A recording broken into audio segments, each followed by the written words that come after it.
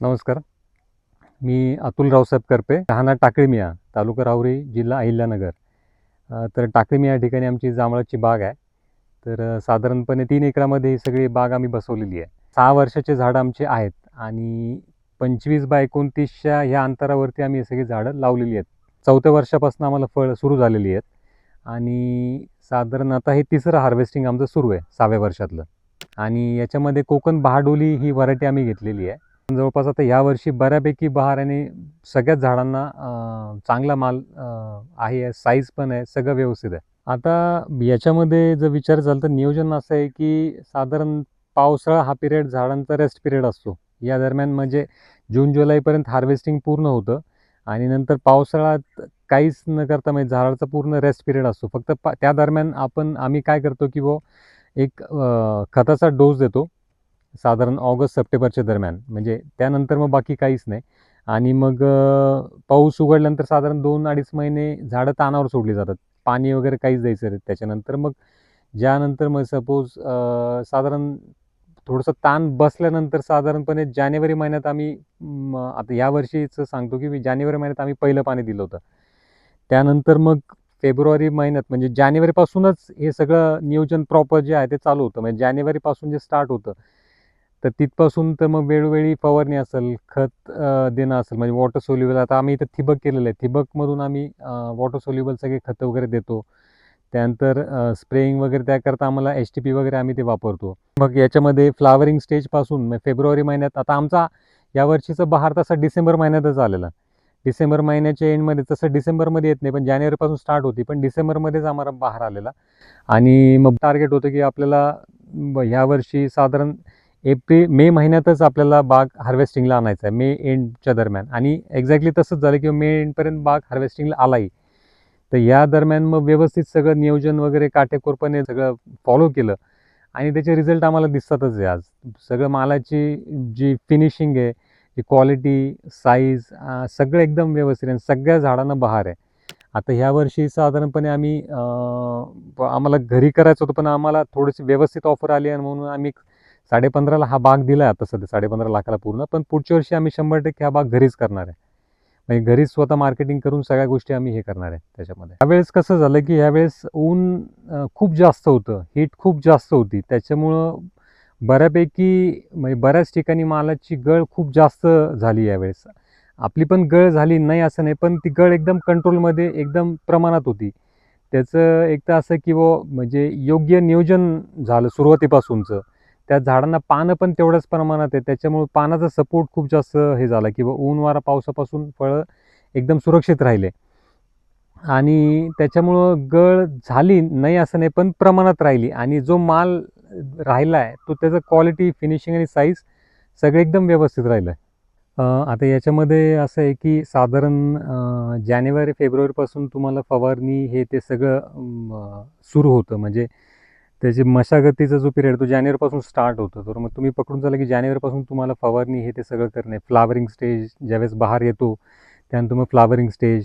नंतर मग याच्यामध्ये विशेष करून कॅल्शियम नायट्रेट, बोरॉन, त्यानंतर वॉटर सोल्युबल जे खतं असतील ते, हॅम्पर, या सगळ्या गोष्टी आम्ही हे दिलेलं आहे त्याच्यातून. आणि प्लस डंक मारणाऱ्या माशीकरता त्याचा प्रादुर्भाव होऊ नये म्हणून आम्ही सापळे लावले होते, जे लूर येतात. त्याच्यावरून ती माशी अट्रॅक्ट होऊन त्या सापळ्यामध्ये ती माशी अडकून जाते आणि त्याचा आम्ही स्प्रे पण घेतलेला. त्याच्यामुळं यावेळेस एकसुद्धा फळाला असा एकसुद्धा डंक नाही कुठल्या माशीचा किंवा काय, त्याचं अजिबात काही हे झालं नाही. आणि याच्यामध्ये खास करून प्रादुर्भाव डंक मारणाऱ्या माशीचा होतो. त्याच्यानंतर कीटकनाशक, बुरशीनाशक हे तर वेळोवेळी त्याची फवारणी करावी लागते. आता साधारण म्हणजे जांभूळ करायचा निर्णय आम्ही 6 वर्षापूर्वी जेव्हा घेतला, म्हणजे ॲक्च्युली काय झालं की बाकीचं पिकं आम्ही बघत होतो की तुम्ही काही करा तर त्याच्यामध्ये काही आउटपुट निघत नव्हतं म्हणावं असं. त्याच्यामुळे आम्ही थोडंसं असं हे झालं की आता काय करायला पाहिजे. तर मग फळबागा करायचा असा आमचा निर्णय झाला. पण मग फळबागेमध्ये काय करावं? तर मग त्यातल्या त्यात आमचं म्हणजे मातीचं आमची डीप सॉईल आहे सगळी तर या ठिकाणी. बाकी मुरमाड वगैरे अशी काही जमीन नाही आहे आमची. तर मग या ठिकाणी चालण्यापैकी मग आम्हाला जांभूळ हाच पर्याय व्यवस्थित वाटला. आणि कसं आहे की भविष्यात चालून जांभळाला बऱ्यापैकी डिमांड ही राहणार आहे. म्हणजे एकंदर सगळं डायबिटीस आणि याचं सगळं प्रमाण बघता.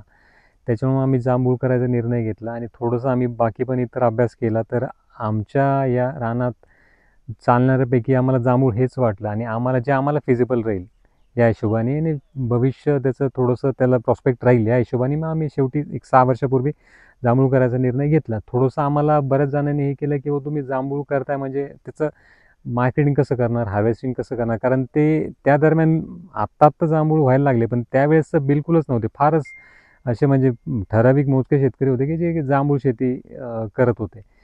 पण आम्ही थोडंसं रिस्क घेऊन म्हटलं चला बघू काय होतं ते. त्या दरम्यान मग आम्ही ते केलं सगळं प्लांटेशन वगैरे सगळं हे केलं. त्या दरम्यान 4थ्या वर्षापासून जे उत्पन्न आम्हाला सुरू झालं, तोपर्यंत 4 वर्षापर्यंत आम्हाला आंतरपीक त्याच्यामध्ये ते घेता आलंच. पण मग 4थ्या वर्षापासून जे उत्पन्न सुरू झालं, पण त्यावेळेस थोडंसं आम्हाला नियोजन एवढा नवीन असल्यामुळं अंदाज नव्हता की सुरुवातीला मग त्याला फळमाशीचा एक जास्त प्रादुर्भाव असतो किंवा फळमाशी डंक मारून जाते आणि नंतर मग फळं असे प्लेन राहत नाही. तर मग पहिल्या हार्वेस्टिंगला म्हणजे 4थ्या वर्षी आम्हाला तो प्रॉब्लेम आला. त्याच्यानंतर सेकंड हार्वेस्टिंगला मागच्या वर्षी पण तेच झालं की जवळपास 90% माल आमचा डागलेला निघाला. म्हणजे त्याला फळमाशीनं इतकं डॅमेज केलं होतं की त्याला काही म्हणजे हे झालंच नाही. बराचसा माल तो खराबच झाला. पण नंतर मग मागच्या वर्षी आम्ही थोडंसं काटेकोर सगळं नियोजन केलं. आम्ही मागच्या हार्वेस्टिंग झाल्यापासून ऑगस्ट महिन्यापासूनच सुरुवात जी केली की म्हणजे त्याचं मग खत व्यवस्थापन असेल, फवारणी असेल, जे काय असेल ते आम्ही एकदम तंतोतंत फॉलो केलं. जेव्हा करायचं त्याच वेळेस आणि याच्यामध्ये इरिगेशनचा एक मोठा रोल आहे की याला खूप पाणी लागतं वगैरे असं काही नाही. म्हणजे त्याला पाणी कमी पण नको आणि जास्त पण नको. थोडंसं कंट्रोल इरिगेशन जे आहे ना ते याच्यामध्ये एक महत्त्वाचं ठरतं. आणि साधारण तुमचं म्हणजे ऑगस्ट-सप्टेंबरच्या दरम्यानचा एक डोस झाल्यानंतर 2-3 महिने तुम्हाला झाडं ताणावर सोडल्यानंतर मग ॲक्च्युअल तुमची जी प्रॅक्टिस ती जानेवारीपासून स्टार्ट होते. सगळं जी काही मशागत, फवारणी असेल, हे असेल ते त्याच्यामध्ये जानेवारीपासून स्टार्ट होतं. तर मग ह्या वर्षी आम्ही म्हणजे बऱ्यापैकी सॅटिस्फाईड आहोत. आता हे वर्ष आम्हाला पूर्ण कॉन्फिडन्स आला आहे की आपण हे सगळं जमू शकतो, करू शकतो. आता ह्या वर्षी आम्ही बाग उपता देऊन पण आम्हाला 15.5ची ऑफर मिळाली. तर ते आम्ही त्यामध्ये आम्ही डन केलं. पण मग पुढच्या वर्षी आम्ही बाग उपता न देता स्वतः मार्केटिंग करून मग सगळ्या गोष्टी करणार आहे. ज्यावेळेस आपण स्वतः मार्केटिंग करतो तर नक्कीच 2 पैसे याच्यामध्ये जास्त होतात. हे तितकंच खरं आहे. थोडंसं पळापळ होते, हे सगळं होतं आहे, पण एकदा त्याच्यात हे झालं की मग तुम्ही त्याच्यामध्ये पूर्णपणे हे करू शकता. फक्त काय की त्याच्यामध्ये थोडंसं नियोजन आणि या सगळ्या गोष्टी व्यवस्थित राहिल्या की बऱ्यापैकी प्रॉफिट आहे त्याच्यामध्ये. याला काय की फार काही असं मेंटेनन्स नाही आहे म्हणजे इतर याच्यासारखा. आणि ते आमच्याकरता तर म्हणजे व्यवस्थित हे राहिलेलं आहे सगळं. म्हणजे की आज आम्ही म्हणजे वी आर सॅटिस्फाईड की सगळं व्यवस्थित आहे. आणि आम्ही अजून काही बाग अजून वाढवायच्या पण विचारत आहोत. त्यात आम्ही या जूनमध्ये पण नवीन झाडांची प्लांटेशन करणार आहोत. तर एकंदर सगळं म्हणजे व्यवस्थित आहे.